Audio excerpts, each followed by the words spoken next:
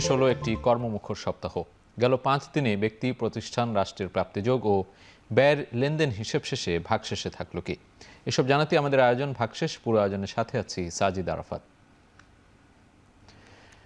সময়ের সাথে দেশে বেড়েছে ডিজিটাল লেনদেন, মানুষের আগ্রহ বেড়েছে ক্রেডিট কার্ড দিয়ে লেনদেনে। বাংলাদেশ ব্যাংকের পরিসংখ্যান বলছে 1 বছরে ক্রেডিট কার্ডের ব্যবহার বেড়েছে 43.24%। আমরা একটু দেখতে চাই ক্রেডিট কার্ড ব্যবহার করে মানুষ কোন ধরনের লেনদেনগুলো বেশি করছে এবং গত 1 বছরে কি পরিমাণ ছিল, গত 1 বছর বা কয়েক অর্থ বছরে ক্রেডিট কার্ডের যে লেনদেনের পরিমাণ সেটিও আমরা একটু দেখতে চাই। ক্রেডিট কার্ডের লেনদেনের যে অর্থ বছর আমরা 2022-23 অর্থ বছরে দেখছি ক্রেডিট কার্ডের স্থিতির পরিমাণ ছিল 8,938 কোটি টাকা। পরবর্তীতে আমরা দেখতে পাচ্ছি 2023-24 অর্থ বছরে সেটি বেড়ে দাঁড়িয়েছে 10,751 কোটি টাকা। এছাড়া 2024-25 অর্থ বছরে 12,217 কোটি টাকা স্থিতি আমরা দেখছি ক্রেডিট কার্ডে, এবং 2025-26 যে অর্থ বছর সেখানে আমরা দেখছি সেটির পরিমাণও কিন্তু বেড়েছে 13,445 কোটি টাকা। বাংলাদেশ ব্যাংকের একটি সূত্র সবশেষ যে একটি পরিসংখ্যান দেখিয়েছে সেখানে ক্রেডিট কার্ডের যে লেনদেনের হিসেব তারা বলছে সেখানে ক্রেডিট কার্ডের লেনদেনের পরিমাণ বেড়েছে, এবং সেটি কিন্তু আমরা দেখছি যে বর্তমানে আমরা দেখছি যে ক্যাশলেস যে লেনদেনের কথা বলা হয় সেটি কিন্তু বাড়ছে দিন দিন, এবং এই যে আধুনিক যে লেনদেনের ব্যবস্থা সেটির সাথে কিন্তু মানুষ সম্পৃক্ত হচ্ছে দিনের পর দিন। আমরা সবচেয়ে বেশি ক্রেডিট কার্ড ইস্যুর যে বিষয়টি রয়েছে সেটি আমরা দেখছি যে সিটি ব্যাংক, সেখানে 7,23,830টি তাদের যে ক্রেডিট কার্ড সেই ক্রেডিট কার্ড ইস্যু করেছে এখন পর্যন্ত। এবং আরও বেশ কিছু তথ্য আমরা একটু জেনে নিতে চাই। সবশেষ জুনে ক্রেডিট কার্ডে লেনদেন হয়েছে 4,461 কোটি টাকা, অর্থাৎ এই চলতি বছরে সবশেষ যে জুন মাস ছিল সেই জুনে আমরা ক্রেডিট কার্ডের লেনদেনের পরিমাণটি দেখছি, এবং 1 বছর আগে যেটি ছিল 1,347 কোটি টাকা, অর্থাৎ অনেক পরিমাণ কিন্তু লেনদেন বেড়েছে। আমরা দেখছি যে 1 বছরের ব্যবধানে এখানে লেনদেনের পরিমাণ বেড়েছে ক্রেডিট কার্ডে, এবং 1 বছরের যে প্রবৃদ্ধি সেই প্রবৃদ্ধির যে শতাংশ সেটি আমরা দেখছি 43.24%। এছাড়া এই ক্রেডিট কার্ড দিয়ে মানুষ আসলে কী ধরনের লেনদেন করে সেটির একটি পরিসংখ্যান দেয়া আছে। বলা হচ্ছে যে সবচেয়ে বেশি কেনাকাটায় এটি ব্যবহার করা হয়। 51.11% ক্রেডিট কার্ড লেনদেন করা হয় এই কেনাকাটায়, এবং নগদ উত্তোলন রয়েছে এরপরেই 7.11%।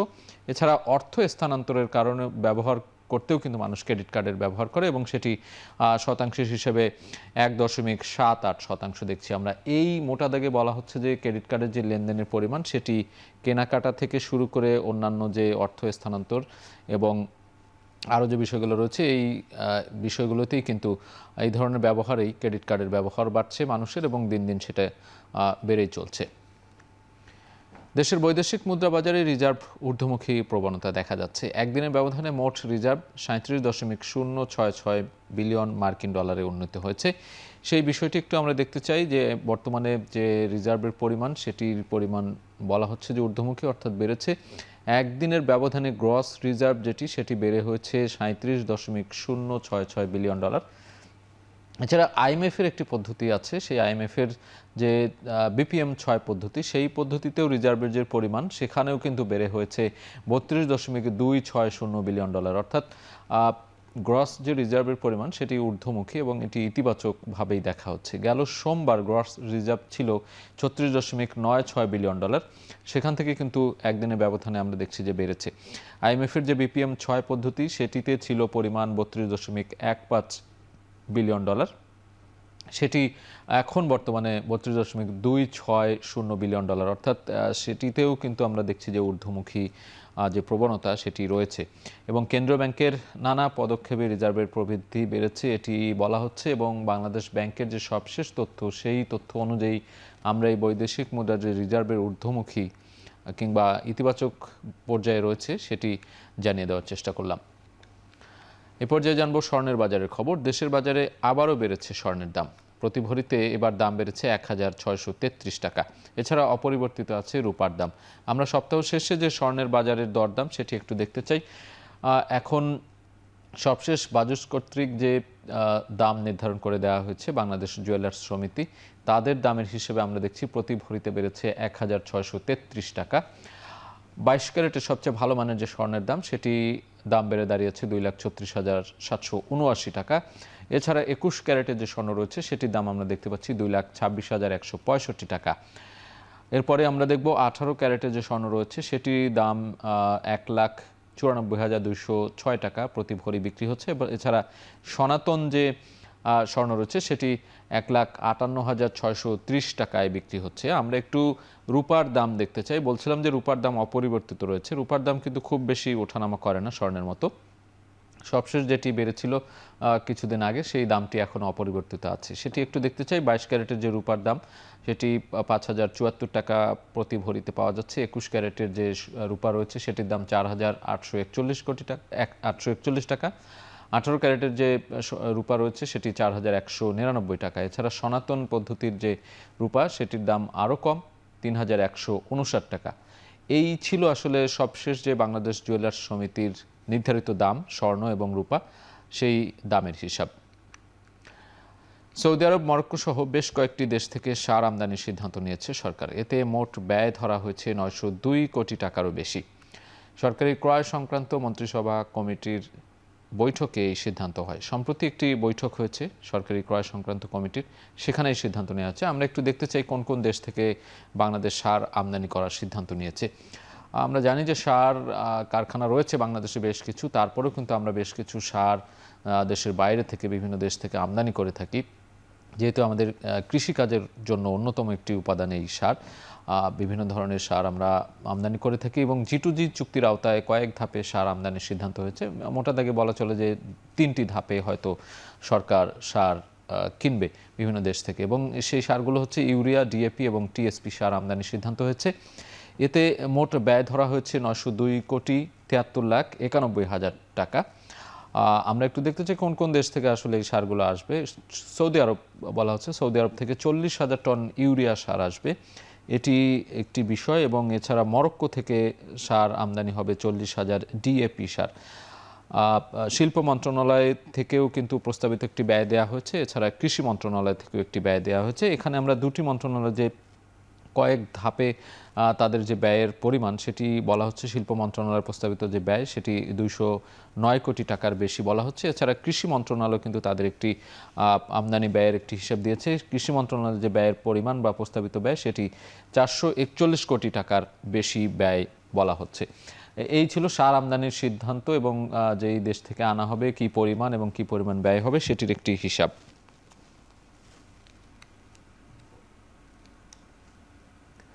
দর্শক, ভাগশেষে নিচ্ছে একটা বিরতি, ফিরছি একটু পরে।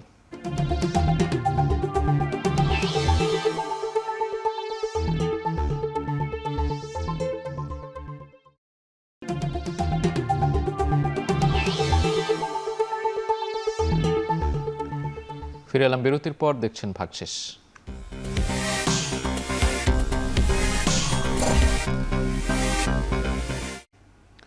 সপ্তাহের শেষ কার্যদিবসে ঢাকা স্টক এক্সচেঞ্জে কমেছে সূচকের পরিমাণ, কমেছে লেনদেনের পরিমাণও। এদিন লেনদেন হয়েছে 925,66 লাখ টাকা, যা আগের দিনের তুলনায় 148 কোটি টাকা কম। আমরা একটু এক নজরে দেখতে চাই সপ্তাহ শেষে ডিএসসি অর্থাৎ ঢাকা স্টক এক্সচেঞ্জের লেনদেন এবং সূচকের পরিমাণ কেমন ছিল। এক নজরে দেখতে পাচ্ছি আমরা সূচক ও লেনদেনের যে পরিমাণ, প্রধান যে সূচক ডিএসইএক্স ইন্ডেক্সে আমরা দেখছি যে 5,883 পয়েন্ট সূচকের পরিমাণ, এবং সূচক কমেছে 13 পয়েন্ট, এবং লেনদেনের যে পরিমাণ সেটি আমরা দেখতে পাচ্ছি 925,66 লাখ টাকা লেনদেন হয়েছে আজকে, যেটি গত দিনের তুলনায় অনেকটাই কম, এবং সেই পরিমাণ আমরা দেখছি যে 148 কোটি টাকা কম লেনদেন হয়েছে আজকে। অর্থাৎ সূচকের পরিমাণ এবং লেনদেনের পরিমাণ নিম্নমুখী অবস্থায় ছিল আজকে সারাদিন। দিন শেষে আমরা একটু দর পরিবর্তনের যে বিষয়গুলো আছে আমরা দেখছি যে 135টি কোম্পানির শেয়ারের দর বেড়েছে এবং কমেছে বেশিরভাগ কোম্পানির শেয়ারের দর, অর্থাৎ 182টি কোম্পানির শেয়ারের দর কমেছে। অপরিবর্তিত আছে 70টি কোম্পানির শেয়ারের দর। এই ছিল ঢাকা স্টক এক্সচেঞ্জের আজকের সপ্তাহ শেষের যে চিত্র সেটি। এবং এ পর্যায়ে দেখব চট্টগ্রাম স্টক এক্সচেঞ্জের খবর। চট্টগ্রাম স্টক এক্সচেঞ্জে কমেছে সূচক ও লেনদেনের পরিমাণ। লেনদেন হয়েছে 45,85 লাখ টাকা, যা আগের দিনের তুলনায় 27 কোটি টাকা বেশি লেনদেন হয়েছে। একটু দেখতে চাই চট্টগ্রাম স্টক এক্সচেঞ্জের কী চিত্র ছিল আজকে। 15,803 পয়েন্ট দেখতে পাচ্ছি আমরা সূচকের পরিমাণ, এবং সূচকের পরিমাণ কিন্তু কমেছে 24 পয়েন্ট কমেছে এবং লেনদেন যে হয়েছে সেখানে আমরা দেখছি 45,85,00,000 টাকা লেনদেন হয়েছে। দর পরিবর্তনের যে খবর সেখানে আমরা দেখতে পাচ্ছি যে বেশিরভাগ কোম্পানির দর আজকে নিম্নমুখী ছিল। 104টি কোম্পানির শেয়ারের দর কমেছে এবং বেড়েছে 91টি কোম্পানির শেয়ারের দর। এছাড়া 28টি কোম্পানির শেয়ারের দর অপরিবর্তিত ছিল। এই ছিল চট্টগ্রাম স্টক এক্সচেঞ্জের আজকের চিত্র। এবারে জানবো সপ্তাহ শেষে পুঁজিবাজারের অবস্থা। সপ্তাহ শেষে পুঁজিবাজারের সূচক বেড়েছে 61 পয়েন্ট, অন্যদিকে বাজার মূলধন বেড়েছে 4,513 কোটি টাকা। এক নজরে দেখে নেব সপ্তাহের পুঁজিবাজারের অবস্থা। আমরা একটু দেখতে চাই পুরো সপ্তাহ জুড়ে আসলে কেমন লেনদেন ছিল, সূচকের পরিমাণ কেমন ছিল এবং বাজার মূলধনের পরিমাণ কেমন ছিল। 9 আগস্ট থেকে সপ্তাহ শুরু হয়েছিল 5,822 পয়েন্ট প্রথম দিন আমরা দেখছি সূচকের পরিমাণ ছিল এবং সেটি পরিবর্তিত যে সূচকের পরিবর্তন সেখানে দেখছি আমরা যে কমেছিল 38 পয়েন্ট কমেছিল এবং 964 কোটি 5 লাখ টাকার লেনদেন হয়েছিল। বাজার মূলধন ছিল 7,03,000 কোটি টাকা। এছাড়া 10 আগস্টে আমরা দেখছি যে সূচকের পরিমাণ বেড়েছিল 22 পয়েন্ট, 908 কোটি টাকার লেনদেন ছিল। লেনদেনের পরিমাণ এদিন কমেছিল, বাজার মূলধন 7,05,000 কোটি টাকা। এছাড়া পরের দিন 11 আগস্ট আমরা দেখছি 5,903 পয়েন্ট ছিল সূচক, এদিন 58 পয়েন্ট বেড়েছিল। 1,115 কোটি টাকা লেনদেন ছিল, অর্থাৎ আগের দিনের তুলনায় কিন্তু লেনদেন বেড়েছিল। 12 আগস্টে আমরা দেখছি যে এদিন কিন্তু সূচক কমেছিল, 6 পয়েন্ট কমেছিল এবং লেনদেনের পরিমাণ দেখছি যে 1,073 কোটি টাকা, 7,08,000 কোটি টাকা ছিল বাজার মূলধন। সপ্তাহের শেষ দিনে আজকে আমরা দেখছি যে 13 পয়েন্ট কমেছে সূচকের পরিমাণ এবং লেনদেনের পরিমাণও কিন্তু কিছুটা কমেছে। 925 কোটি 66 লাখ টাকা আজকে লেনদেন হয়েছে এবং সপ্তাহ শেষে যে বাজার মূলধন তার পরিমাণ 7,07,000 কোটি টাকা। এই ছিল সপ্তাহের যে পুঁজিবাজারের অবস্থা, সেই পুঁজিবাজারের অবস্থা।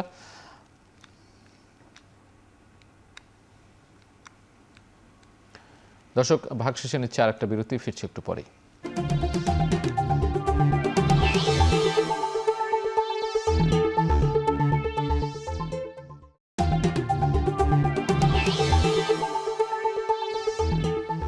ফিরে এলাম বিরতির পর, আপনারা দেখছেন ভাগশেষ। হিলি শুল্ক স্টেশনকে কাস্টমস হাউস ঘোষণা করলে বন্দরে বাড়বে আমদানি রপ্তানি বাণিজ্য, সৃষ্টি হবে নতুন কর্মসংস্থান, বাড়বে সরকারের রাজস্ব আয়। এ বিষয়ে বিস্তারিত জানাতে হিলি স্থলবন্দর থেকে সরাসরি যুক্ত হচ্ছেন সোহেল রানা। সোহেল, হিলি বন্দরের বর্তমান কি পরিস্থিতি এবং সেখানকার আমদানি রপ্তানির সবশেষ অবস্থা জানাবেন এবং এই স্থলবন্দরকে আরও কিভাবে উন্নত করা যায় বা সে বিষয়ে কর্তৃপক্ষ কি ভাবছে?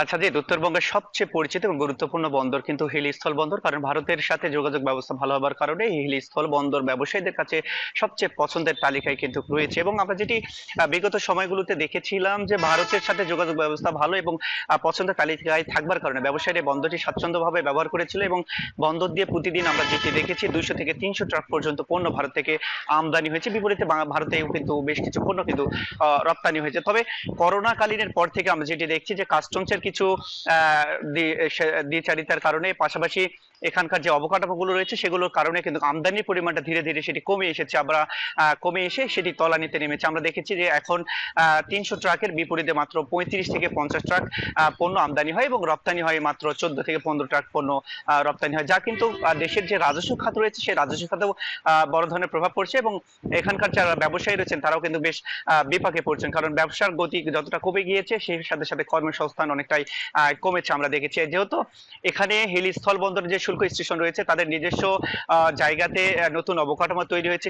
আপনি সেই অবকাঠামো দেখতে পাচ্ছেন আমার পিছনে। এই অবকাঠামো যেহেতু রয়েছে, সেখানে যদি এই শুল্ক স্টেশনটিকে কাস্টমস হাউস ঘোষণা করা যায় সেক্ষেত্রে এখানে একজন কমিশনার বসবেন এবং বিভিন্ন কর্মকর্তারা বসবেন। সেক্ষেত্রে ভারত থেকে পণ্য আমদানির ক্ষেত্রে আমদানিকারকদের বেশ সুবিধা হবে এবং তারা কিন্তু বেশ বেশি পরিমাণ আমদানি করতে পারবেন। এতে করে সরকারের রাজস্ব বাড়বে, ব্যবসায়ীরা কিন্তু এই বন্দর দিকে আবারও মুখ ফিরিয়ে নেবেন এবং ব্যবসায় যে শুরু হবে তখন কিন্তু নতুন নতুন যারা রয়েছেন বেকারত্ব তাদের কর্মসংস্থানের সুযোগ হবে বলে কিন্তু ব্যবসায়ীরা বলছেন। আমি এখানকার যারা স্থানীয় সমাজ কল্যাণ মন্ত্রণালয়ের যে মন্ত্রী রয়েছেন doctor A Z M Zahid Hossain, তার কাছে জানতে ছিলাম, তাকেও আমরা জানতে চেয়েছিলাম। তিনি যেটি বলছেন যে আসলে যেহেতু নতুন অবকাঠামো হয়েছে কিছুদিনের মধ্যে সেটি উদ্বোধন করা হবে এবং কাস্টমসের সর্বোচ্চ পর্যায়ে একজন কর্মকর্তা কিন্তু এখানে বসবে এবং তখন কিন্তু ব্যবসায়ী যে ত্বরান্বিত হবার সম্ভাবনা রয়েছে সেটি কিন্তু তিনি একটা বার্তা ইতিমধ্যে দিয়েছেন। আমরা কিন্তু সেই প্রস্তুতি দেখছি যে এখন পর্যন্ত অবকাঠামোর যে কার্যক্রম সেটি শেষ পর্যায়ের দিকে এই অবকাঠামোটি এই মাসের উদ্বোধন হবার কথা ছিল, সেটি হয়তো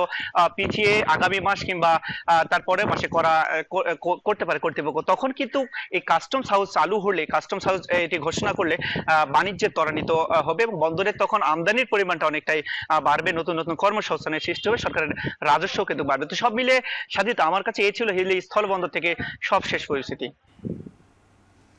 হিলি স্থলবন্দর থেকে সরাসরি যুক্ত ছিলেন সহকর্মী সোহেল রানা।